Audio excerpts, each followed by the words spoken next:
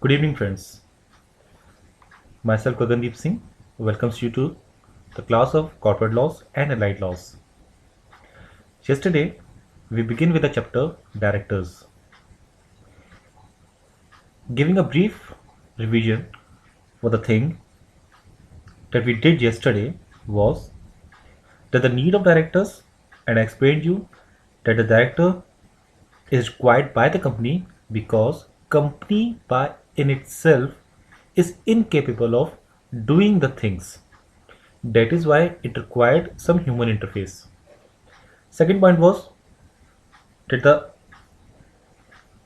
ownership is different from the management.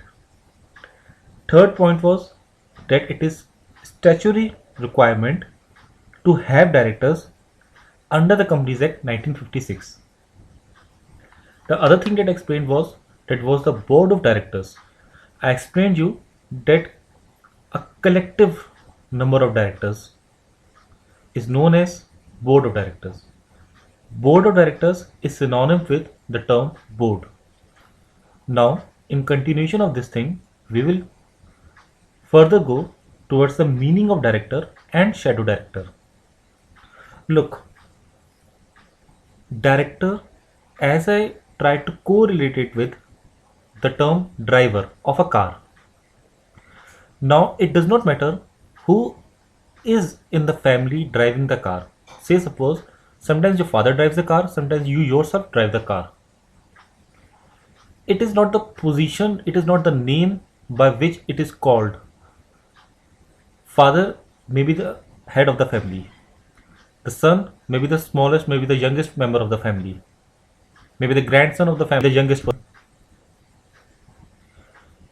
The thing to be noticed is that the person who will drive the car will be known as driver. Similarly, in the case of company, the person, no matter by what name it is called, by what position that it holds, if that person is acting like a director, try to correlate it with the term driver.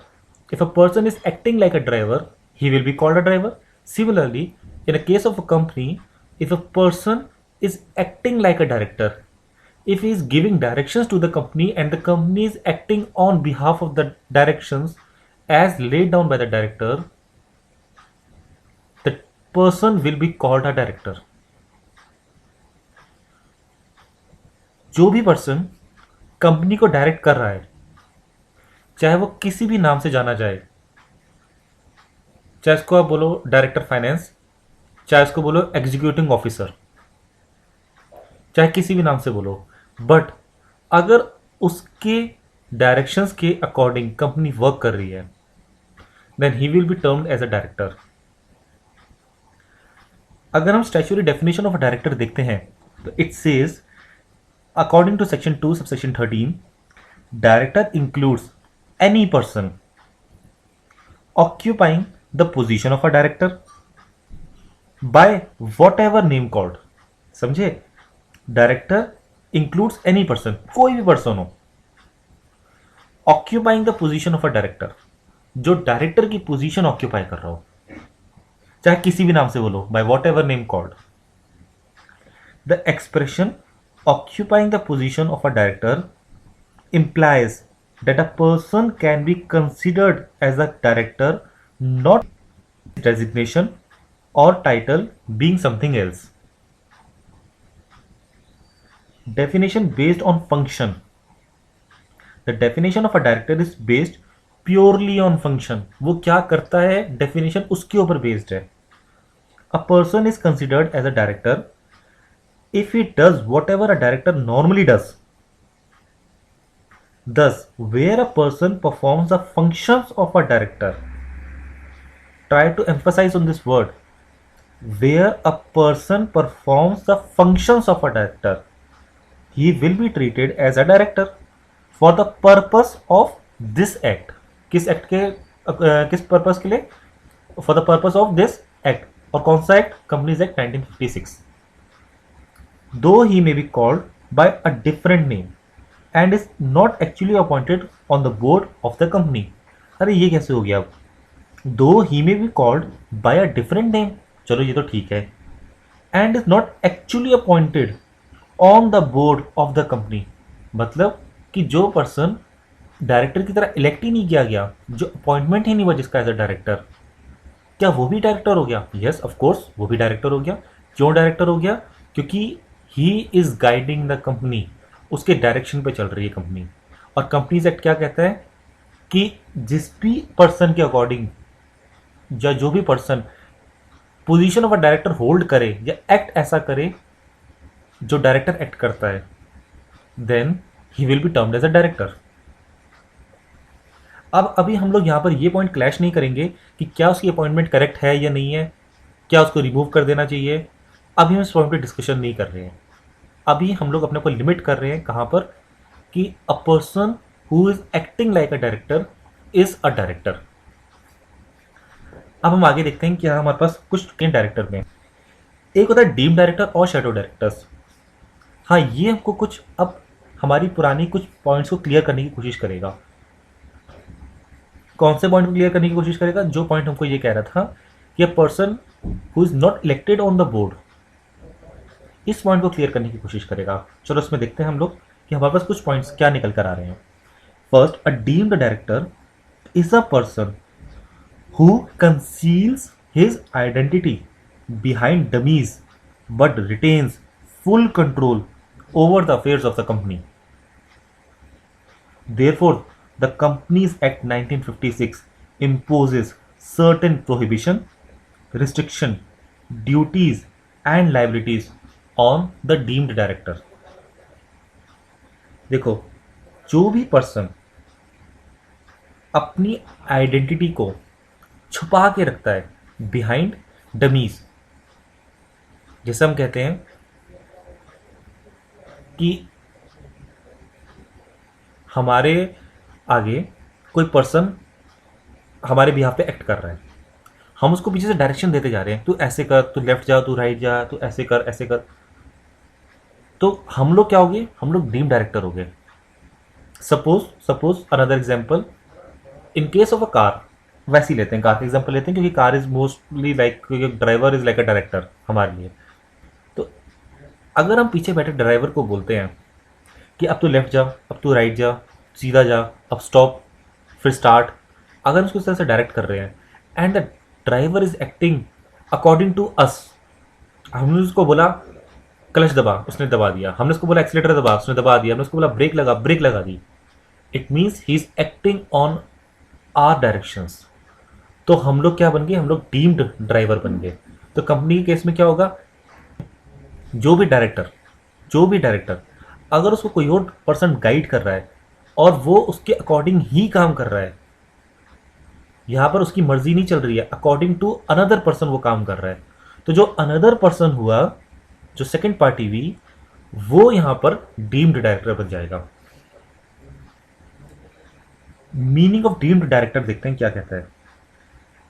Deemed director is a person who is not a director of a company but who gives instructions according to which the board of directors is accustomed to act. Very important word, accustomed to act. These persons are not appointed as directors but are deemed as directors. अब एक बात देखो, जब हमने अपने आप को छुपा लिया पर्दे के पीछे, और पर्दे के पीछे से आवाज मार रहे हैं, बोल रहे हैं कि कंपनी को ऐसे करो, कंपनी को वैसे करो, कंपनी में ये चीजेस करो, कंपनी वो चीजेस करो, एंड द पर्सन जो डायरेक्टर अपॉइंटेड है वो बस एक कठपुतली बनकर रह गया है, तो यहां पर रिस्क ज्यादा है कंपनीज को गलत काम करने का। इस वजह से कंपनीज एक्ट ने उसके ऊपर सर्टेन रूल्स एंड रेगुलेशंस और रिस्ट्रिक्शंस लगाई हैं, प्रोहिबिशंस लगाई हैं। अभी हम प्रोहिबिशंस के बारे में नहीं पढ़ रहे हैं, अभी हम लोग बस खाली इतनी मीनिंग जानने की कोशिश कर रहे हैं कि what is a deem director. और हमने अभी एक वर्ड बोला है, अकस्टम्ड टू एक्ट, तो इस पॉइंट पर बहुत एम्फोसाइज किया जाएगा। आगे इसको डिस्क्राइब करके देखते हैं इसमें क्या, इसकी मीनिंग क्या है डेप्थ में। The words accustomed to act to refers to a repetitive behavior on the part of board of directors repetitive behaviour, वो हमारी बात मानते जा रहे हैं मानते जा रहे हैं, हम उसको जो बोल रहे हैं वो वैसा ही करेगा, वो अपना ब्रेन यूज नहीं कर, वो अपना डिसीजन खुद नहीं ले सकता, हम उसको डिसीजन देंगे। हम कौन हुए? हम इस समय डीम डायरेक्टर हैं, तो हम लोग डीम डायरेक्टर बन के बात कर रहे हैं। अदर वर्ड्स में थोड़ा सा और क्लियर करते हैं इस बात को। It must be shown that the board of directors did not exercise any discretion और जजमेंट ऑफ इट्स ओन। मतलब जो मेन डायरेक्टर है, जो ड्यूली अपॉइंटेड डायरेक्टर है, उसने किसी भी प्रकार का अपना डिस्क्रिशन और जजमेंट नहीं लिया है, but acted in accordance with the directions of a third party. Third party कौन हो गए? डीम्ड डायरेक्टर्स, मतलब हम लोग हो गए अभी for the case. And further that in a series of transactions the board so acted on the direction of a third party. The pattern of behavior of the board must show clearly that the third party directed the board as how to act. यहां पर ये चीज clearly दिखनी चाहिए कि जो director ने काम किया है वो on the directions of third party है, ये क्लियरली दिखना चाहिए। अगर जरा सा भी इसके अंदर डाउट रहता है तो वो टीम डायरेक्टर नहीं कहलाएगा। It should be very clear, transactions instructions should be very clear. Accordingly, mere acting of the board occasionally on the instructions of a person would not make such a person director. Occasionally किसी ने कुछ direction दे दिया और director ने मान लिया, sort of advice, तो उसको डीम्ड डायरेक्टर नहीं माना जाता। Few instances of directions will not lead to a person become a deemed director. Rendering of professional services is outside the purview of deemed. अब एक चार्टर्ड अकाउंटेंट कंसल्टेंसी देता है director को। क्या कंसल्टेंसी देता है? कि प्रोडक्शन कैसे इंक्रीज करी जाए। वो कंसल्टेंसी देता है, मैनेजमेंट कंसल्टेंसी देता है कि कॉस्ट कैसे डिक्रीज करी जाए, प्रोडक्ट मिक्स देता है। Then, will the chartered accountant be deemed as a director? No. Why no? Because the rendering of professional services is outside the purview of a team director. ये कहाँ पे लिखा हुआ है? ये ऐसा हमारे पास लिखा हुआ मिलेगा as per section 7, where the board acts on the advice given by a personal in a professional capacity. Such person shall not be deemed to be a director. Therefore, professional advisors such as chartered accountants, solicitors, that means lawyers, and auditors, etc., are not meant for that reason alone deemed to be the directors. Next point हमारे पास आता है meaning of executive and non executive directors. अब executive directors और non executive directors क्या क्या होते हैं इसके बारे में थोड़ा सा हम लोग देखेंगे क्या कहता है। सिंपल है, very simple. Executive directors are those directors who are in full-time employment of the company. क्या मतलब हुआ? Who are in the whole-time employment of the company are known as executive directors. These are also known as inside directors. For example, finance director, chartered accountant को finance director बना दिया, he is in the whole time employment. अब this category of directors, they possess in-depth knowledge and they have very deep knowledge about the affairs of the company. Day-to-day affairs, they can handle the formulation of the policies where the intellect is very required and things are based on the facts and figures. Second category comes, that is non-executive directors. Directors who are not in the employment of the company are called as non-executive directors. These may be part-time directors and also known as generally known as outside directors, right? This category includes professional directors and nominee directors.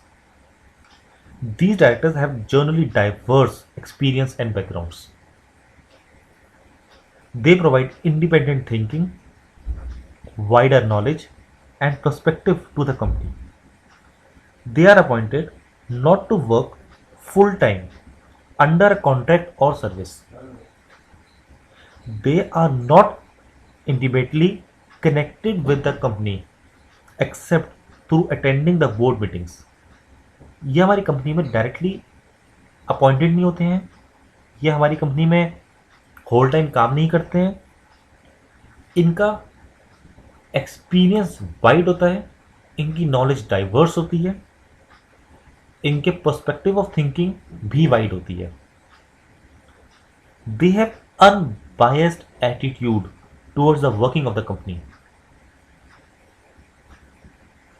ये non executive directors जो होते हैं, they can also attend the board meetings, and generally they attend the board meetings because nominee directors, since they are appointed under certain rules and regulations of the central government and sometimes by the financial institutions, these directors have to attend the board meetings. So the second category was non-executive directors. The next thing that we are now going to study is about the legal position of the directors. Directors are the persons जो हमने starting में पढ़ा था. कौन होते हैं director? Director जो direct करते हैं, control, manage and superintendent the affairs of the company. As per section 213, हमने ये कल भी पढ़ा था, the director includes any person occupying the position of a director by whatever name called. तो this definition is basically function based definition. ये function को illustrative लेके चलती है, ये फंक्शन को डिस्क्राइब करेगी. कहती है जो फंक्शन डायरेक्टर वाला करेगा उसको हम डायरेक्टर बोलेंगे. तो director have been described sometimes as agents. Of course sometimes they act as agents, sometimes trustees and sometimes as managing partners. They have some attribute of all of them, but they are neither trustees nor agents nor managing partners in full sense of the term. ये लगते हमको agents जैसे हैं, ये लगते trustees जैसे हैं, और ये लगते समटाइम्स मैनेजिंग पार्टनर्स जैसे हैं, बट ये इनमें से कोई भी चीज नहीं होते हैं. ठीक है, अब देखते हैं, हम लोग इसको फर्दर डिस्कस करते हैं कि डायरेक्टर्स एजेंट्स की तरह कैसे होता है. Director is agents. A company can not act by itself. हमने समझा था ये शुरू में, कंपनी अपने आप काम खुद कर ही नहीं सकती. कंपनी के ना हाथ है, ना पैर है, ना ब्रेन है, ना ईयर्स है, ना आईज है.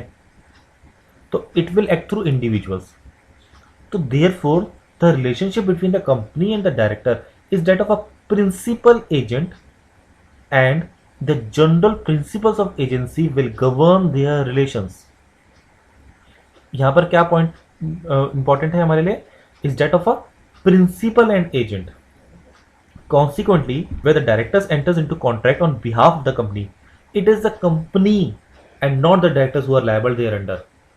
अगर डायरेक्टर कंपनी के बिहाफ पर किसी कॉन्ट्रैक्ट को एंटर करती है, at that time the company is liable and not the directors.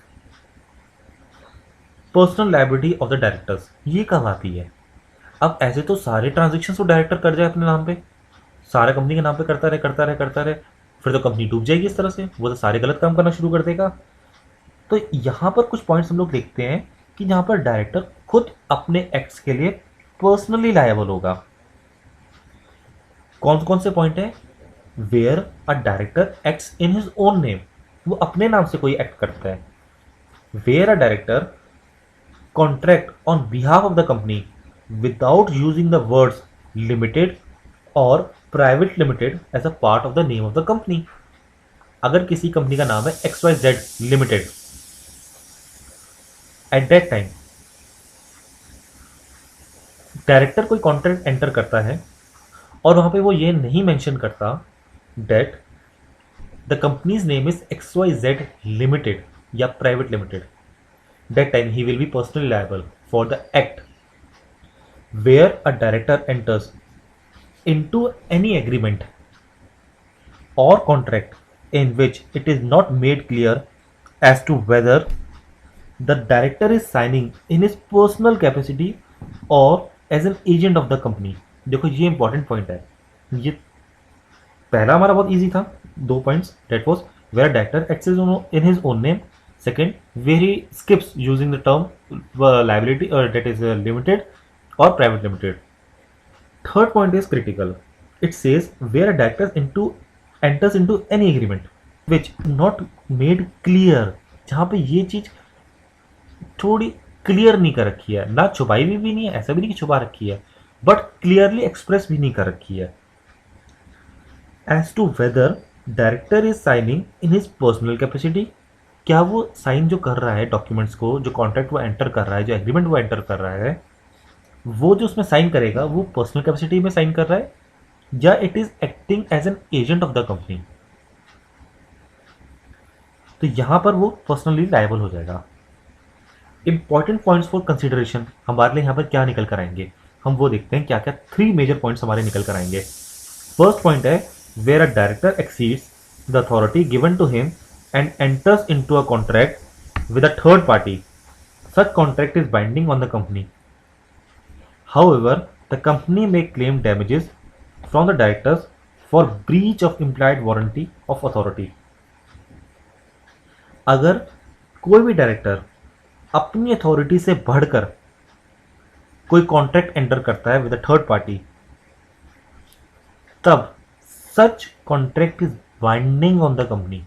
Contract valid रहेगा और कॉन्ट्रैक्ट किसको बाइंड करेगा, कंपनी को ही वैलिड को ही बाइंड करेगा। But company can claim damages from the director. ठीक है। Second point, the directors acts as an agent of the company and not of individual shareholders. वो कंपनी के एजेंट हैं, वो शेयर होल्डर के एजेंट नहीं है। देखो डायरेक्टर बनता तो केसेस में, मोस्ट ऑफ द केसेस में शेयर होल्डर्स में से ही इलेक्ट किया जाएगा, बट यहां पर क्या इंपॉर्टेंट है कि वो कंपनी का एजेंट बन रहा है, शेयर होल्डर्स का एजेंट नहीं है। उसकी कैपेसिटी चेंज हो जाती है जब वो डायरेक्टर अपॉइंट चुका है, तब वो जो भी काम करेगा वो कंपनी का एजेंट बन के काम करेगा, ना कि शेयर होल्डर का एजेंट बन के काम करेगा। आगे देखते हैं। Like agents, directors should display a degree of care, skill and diligence in the exercise of the powers। देखो अगर वो एजेंट है तो he is required to show, to display a degree of care। उसने केयर, अपने जो भी contract किया उसमें केयर बढ़ती है नहीं बढ़ती है, उसमें सावधानी बढ़ती है या नहीं बढ़ती है। स्किल, उसने अपना स्किल यूज किया है। डिलीजेंस, अब हमारे पास आता है distinction between a director and an agent. अब देखो अभी हमने ये पढ़ा था स्टार्टिंग में कि director acts like an agent, वो एजेंट नहीं है, he acts like an agent. Therefore the general principles of agency applies on the director. अब हम लोग देखते हैं डिस्टिंक्शन है क्या between the director and an agent. देखो डायरेक्टर की कुछ पॉइंट्स हमारे पास डिस्टिंक्शन वाले कौन कौन से हैं। Notice to an agent amounts to a notice to the principal. जो लीगल नोटिस आती है उसकी बात हो रही है। However notice to a director does not amount to a notice to the company unless the director is interested with a duty to receive the same. अगर तो उसकी ड्यूटी है डायरेक्टर की नोटिस अपने नाम पे रिसीव करना, then it is a separate point. But normally if a notice issued to the director, it does not mean that the notice is issued to the company, it will be deemed as notice is issued to the director himself। अगर notice को issue करनी होगी तो वो company को directly issue करें, अगर director को इशू कर दिया तो इट मीन्स ये डायरेक्टर को ही इशू हुई है, कंपनी को इशू नहीं हुई है।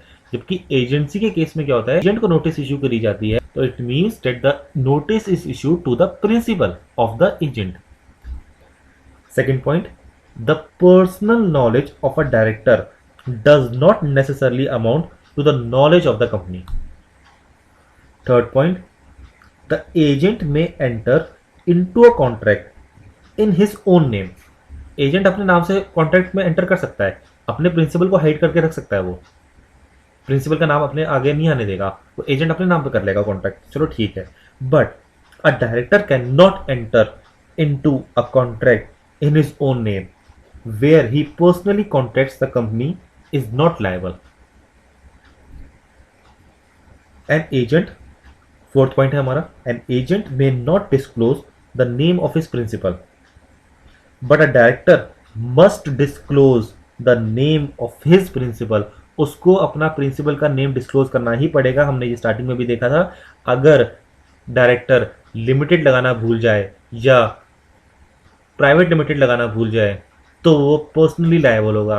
और यहां पर ये दोबारा से क्लियर कर दी गई ये बात, उसने कह दिया गया है कि if a director enters into a contract in which the company is an undisclosed principal, he must give the details of such contract to the company and all the directors.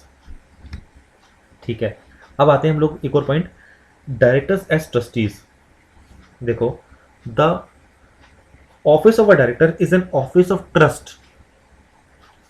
विश्वास वाली जगह पे माना जाता है. यहां पे विश्वास किया जा रहा है डायरेक्टर के ऊपर. The director stands in a fiduciary position towards the company. They are the trustees of the company's money and property and of the parts entrusted to them. उनके ऊपर विश्वास किया जा रहा है. ड्राइवर पे विश्वास करते हो ना कि कार चला रहा है, सही चला रहा है. डायरेक्टर के ऊपर भी हम कि वो कंपनी चला रहा है, वो सही चला रहा है. तो यहां पर सारी कहानी किसकी है? विश्वास के ऊपर है, trustees. Therefore, the directors are liable to make good the loss which has resulted because of the misapplication of property of the company. तो directors are liable to make good the loss. जो loss उन्होंने किया है वो ठीक करेंगे, उसको भरेंगे. विच इज रिजल्टेड, जो कैसे रिजल्ट हुआ, ये जो लॉस हुआ ये कैसे रिजल्ट हुआ है? Because of the misapplication of the property of the company. Directors as trustees of powers conferred upon them. अब यहां पर क्या है? ट्रस्टीज किस चीज के? उनको जो पावर्स हमने दी हैं उसके लिए. तो देखो, directors must exercise their powers bona fide and for the benefit of the company as a whole and not to promote their own personal private interest. मैं शुरू से ये वाली बात बता रहा हूँ कि डायरेक्टर जो है, अगर उसको हम ज़्यादा इंडिपेंडेंस देते हैं तो वो गलत काम करना शुरू कर सकता है, वो सेल्फ प्रॉफिट मेकिंग भी शुरू कर सकता है.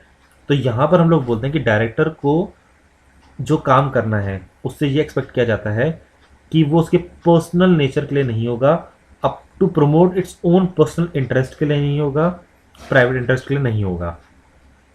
दे should not put themselves in a position where the duties and personal interest में कॉन्फ्लिक्ट.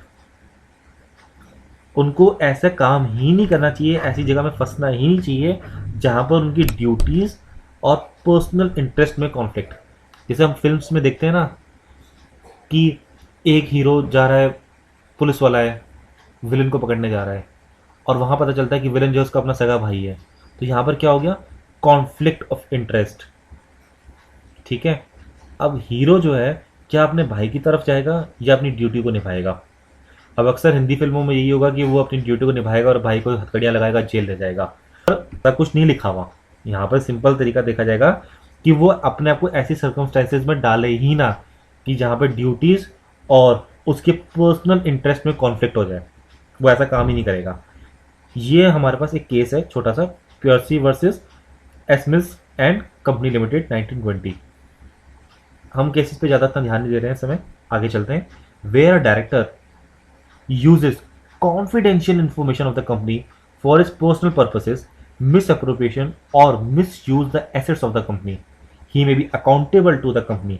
देखो, अगर कोई डायरेक्टर है, टॉप मोस्ट पोजीशन पर डायरेक्टर है, सपोज किसी बहुत बड़ी सॉफ्ट ड्रिंक कंपनी का, जैसे पेप्सी है, कोको कोला है, थम्स अप है, ऐसे किसी top most soft drink company का डायरेक्टर है, उसको पता है कि ये जो हमारी सॉफ्ट ड्रिंक है वो किस केमिकल कॉम्बिनेशन से बनती है.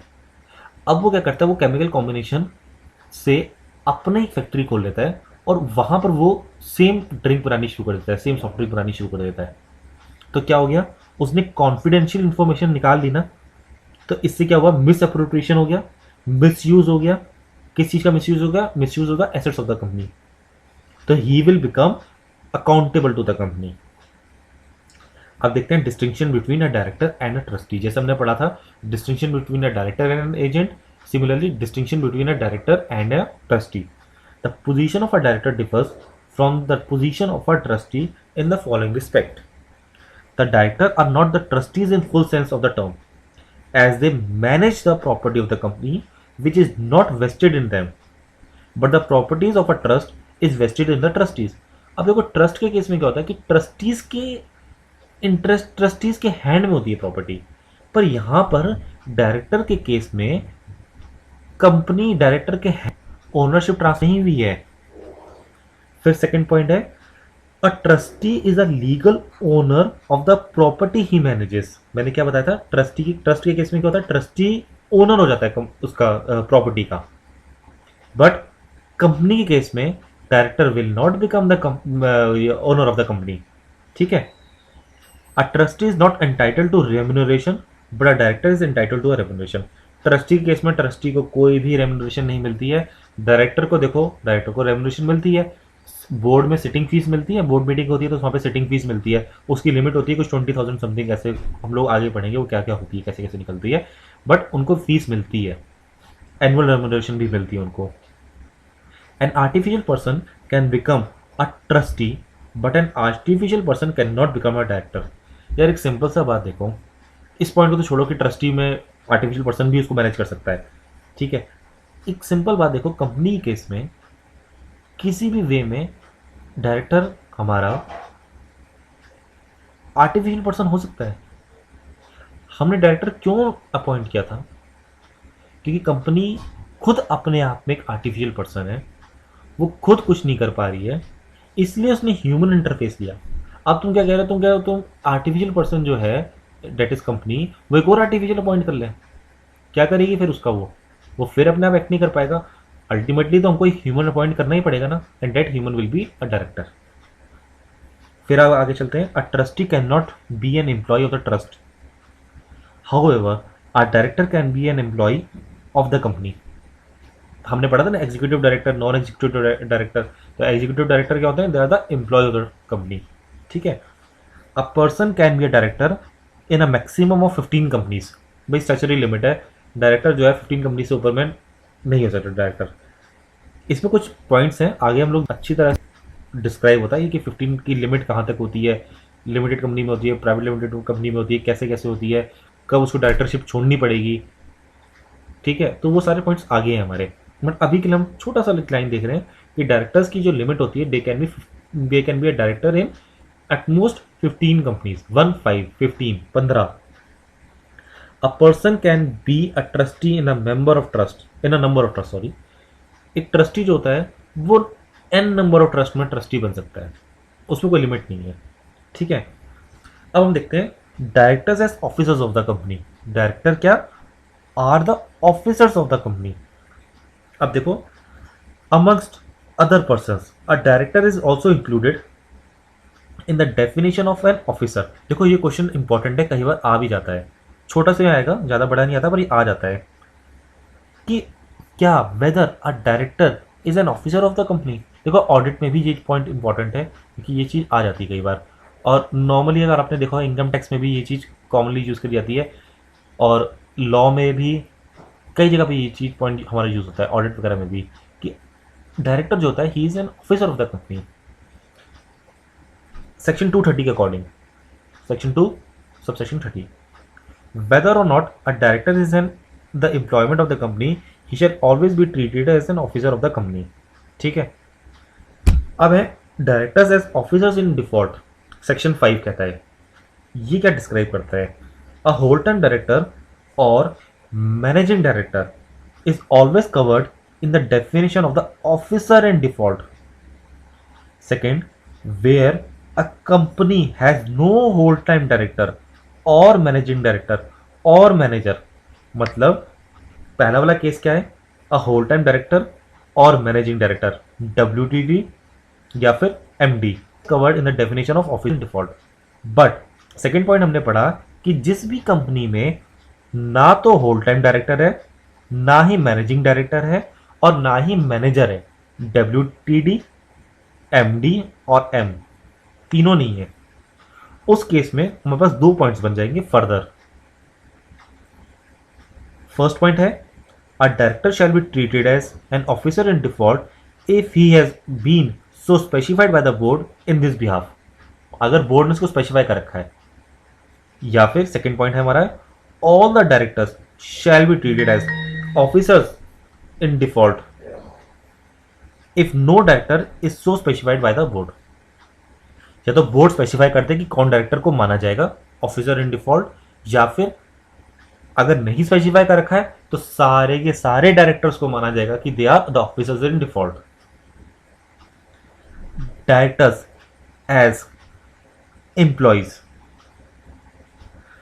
Directors as such are not employees or servants of the company.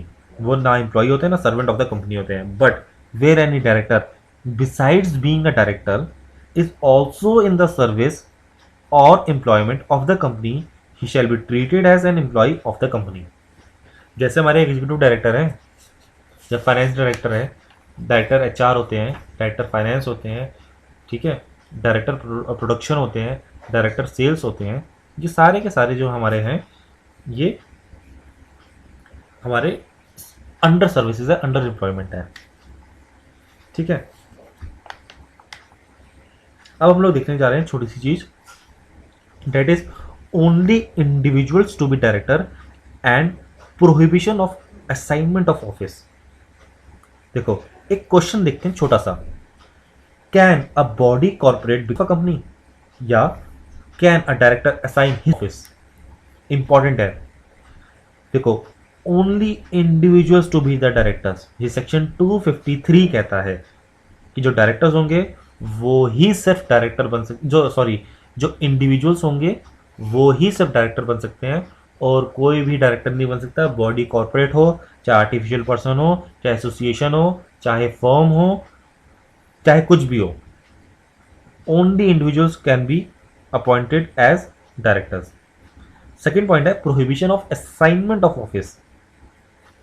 Section 312, section 312 ये कहता है no director shall assign his office to any other person if we does the assignment shall be avoid. Assignment of office not possible. अगर वो करते हैं तो it will B void. अब देखो applicability of section 252 and section 312. It is applicable to all the companies, all, public हो या private हो. असाइनमेंट ऑफ ऑफिस नहीं हो सकता और इंडिविजुअल ही सिर्फ अ डायरेक्टर बन सकते हैं. Section 253 and 312 is also applicable to a manager. ठीक है, यहाँ पे मैनेजर और डायरेक्टर अलग अलग हम लोग एक बारी को लेके चलते हैं अगर, तो मैनेजर पे भी सेक्शन 252 और 312 लगता है. किस तरह से लगेगा? सेक्शन 384 एंड 388 के अकॉर्डिंगली. अच्छा, एक इंपॉर्टेंट पॉइंट है, देखो असाइनमेंट ऑफ ऑफिस के बारे में हमने बात करी है, बट डिसीज्ड डायरेक्टर के केस में देखो क्या होता है. Appointment in place of a deceased director does not amount to assignment. An office held by a director, held by a person cannot be assigned to any other person if the person holding such office dies. अगर कोई it was in a position of director and when he dies उसकी position किसी और को दी जाती है, किसी other person को जो अपॉइंट किया जाता है डायरेक्टर की जगह पे, then such appointment will not amount to assignment. Appointment हुआ है उसका, उसकी सीट खाली हो गई थी, वहां पर उसका अपॉइंटमेंट हुआ है, तो it will not be deemed as assignment, it will be treated as what, appointment of a director. Right. अब आज का लेक्चर हम यहाँ पे क्लोज करते हैं. The next lecture will be uploaded tomorrow by the same time, and I hope you will enjoy this lecture. And for any sort of queries, you are always welcome to post your comments on the Facebook as well as on the YouTube. The link will be provided each time after I post a lecture. And also for income tax, I would like to start it by the first week of January. If I get a good response, I will definitely try to upload it. Thank you for tonight. See you tomorrow. Happy studies. Bye bye.